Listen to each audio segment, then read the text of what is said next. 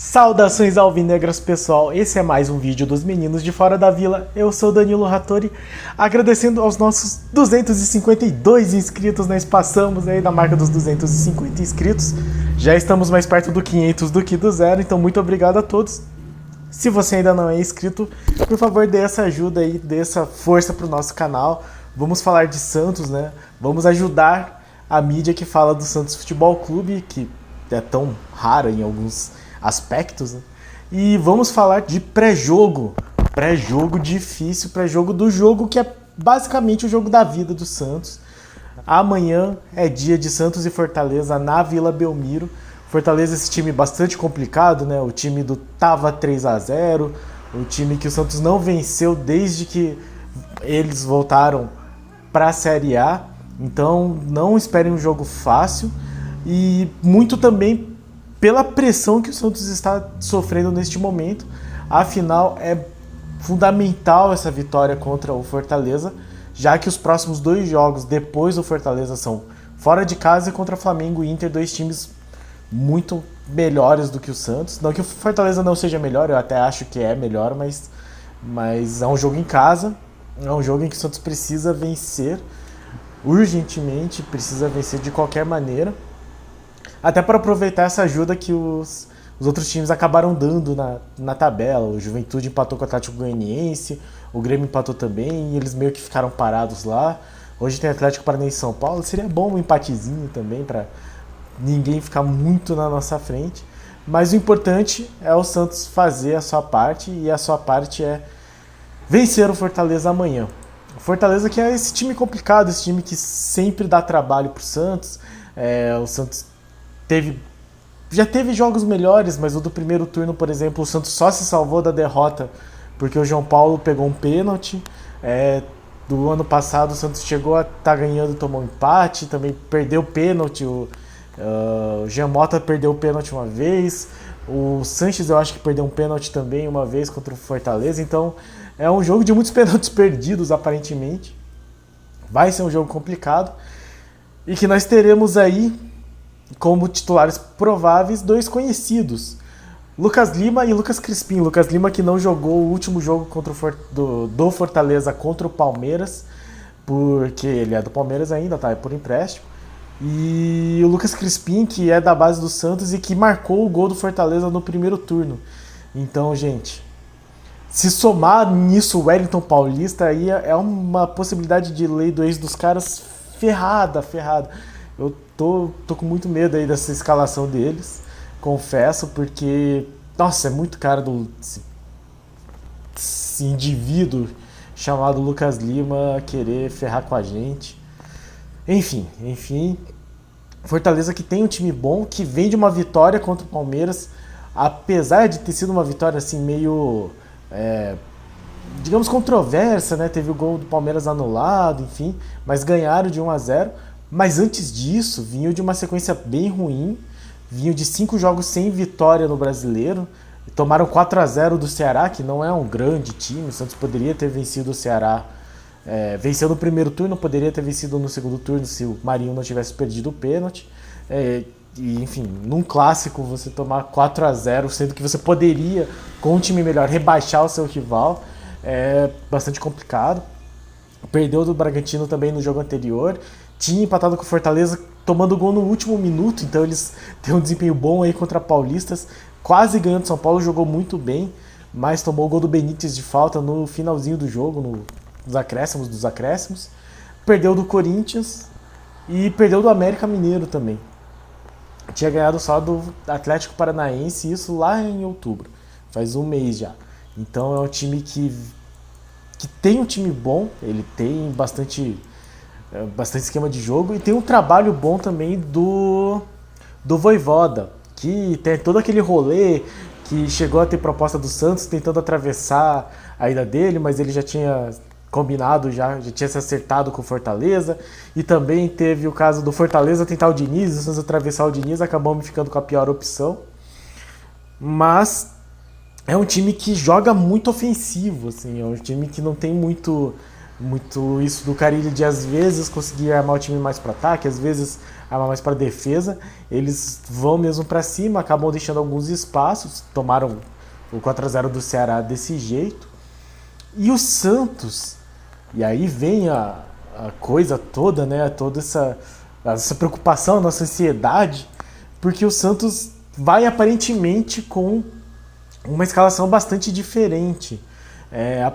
Parece que tanto o Camacho quanto o Madison sentiram dores, sentiram incômodos musculares, então é muito provável que eles não sejam titulares. Eu vou dar aqui a escalação que o Musetti deu ontem. Eu até demorei um pouquinho para fazer o vídeo porque estava esperando alguma atualização, mas agora já está meio tarde, eu preciso fazer logo. Então a escalação que foi dada ontem é de João Paulo, Kaique, Luiz Felipe e Danilo Bosi. Então mantém os 3 zagueiros. Marcos Guilherme fazendo essa ala direita, que o Madison estava fazendo, mas não deve ser titular. Zanocelo, Felipe Jonathan, Lucas Braga pela esquerda, e aí Marinho, Ângelo e Tardelli. Então, eu vou falar aqui que eu me preocupo um pouco com esse meio de campo, porque eu acho que só Zanocelo e Felipe Jonathan talvez não ocupe tão bem. Por outro lado, no último jogo, o Tardelli estava voltando bastante, mas eu também não sei se o Tardelli desempenha tão bem essa função de ficar voltando, de ser meio que o falso 9, não sei tão bem. Fato é que aparentemente será esse o time. Eu acho interessante a entrada do Ângelo de titular. Eu imagino que ele vai fazer o lado esquerdo junto com o Lucas Braga, porque eu não acho que o Marinho vai sair da direita. Então nós vamos ter esse Tardelli provavelmente fazendo assim o Marcos Guilherme caindo meio que para o meio, talvez para compor o meio de campo. Não sei, eu tenho medo um pouco desse meio de campo ficar muito exposto e ao mesmo tempo não ter tanta mobilidade, tanta criatividade do meio na parte ofensiva. Então é isso que me preocupa nessa escalação, caso ela se confirme. Eu acho que de resto não tem muito o que falar. João Paulo, trio de zaga, é bom ter a volta do Marinho, o Lucas Braga de titular eu acho que é a melhor opção também. Eu gosto da volta do Felipe Jonathan para o meio de campo. Eu gostaria talvez do Pirani no lugar do Ângelo, mas também não dá pra cravar que seria uma decisão melhor. Eu acho que é difícil até falar isso porque o Carille comete alguns erros de visão de jogo que me preocupam. Mas ele que está sendo pago para fazer esse trabalho, e então espero que ele tenha visto os últimos jogos do Fortaleza, tenha entendido que essa formação é a melhor. Eu acho que vai ter um público razoável para bom na Vila Belmiro, mas é o que vem fazendo a diferença. Vamos lembrar que contra a Chapecoense, o Santos venceu em casa no meio de semana, contra o Bragantino, contra o Fluminense. Jogos difíceis, contra o Chapecoense não jogou bem, mas contra o Bragantino e contra o Fluminense mostrou um futebol melhor. Foram jogos no meio de semana e foram jogos com boa presença de público. Então eu confio muito na torcida do Santos. Por exemplo, o Rafael Cobra, que fez o nosso vídeo de segunda-feira, já falou que vai estar lá. Então eu acho que talvez esse acaba sendo o diferencial. E é um jogo que acaba sendo meio 8 ou 80, assim, é quase um matar ou morrer. Se o Santos vencer e ficar com 45 pontos, eu acredito que vai ser mais tranquilo e o pessoal vai entrar até mais tranquilo para os próximos jogos. Para daí conseguir o empate, eu acho que com 46 não cai mais. E até para ver como é que vai ser a briga do pessoal que tá embaixo. Tem muito confronto direto na parte de baixo da tabela. E esses times vão acabar tirando pontos um do outro, ou eventualmente todos tirarem pontos entre si. Então tem Grêmio Bahia ainda vai ter. O Bahia joga também com o São Paulo. São Paulo joga contra o Grêmio. Então São Paulo joga com o Juventude também. Então, muitos jogos de confrontos diretos aí dessa zona da confusão. E então eu acho que se o Santos vencer esse jogo, vai dar uma tranquilidade e aí eu acredito que quase certeza que escapa. Agora, se não vencer, se empatar ou se perder, vai ser muito, muito, muito tenso, porque vai pegar o Inter fora de casa, o Flamengo fora de casa, o Flamengo aí, sabe Deus como é que vai estar depois da final da Libertadores, e caso perca esses 2 jogos, que seria muito normal, sobraria o Cuiabá em casa numa tensão miserável, assim, vai ser... Nossa, eu prefiro nem pensar nisso. Vou pensar no jogo de amanhã, que já vai ser bastante complicado.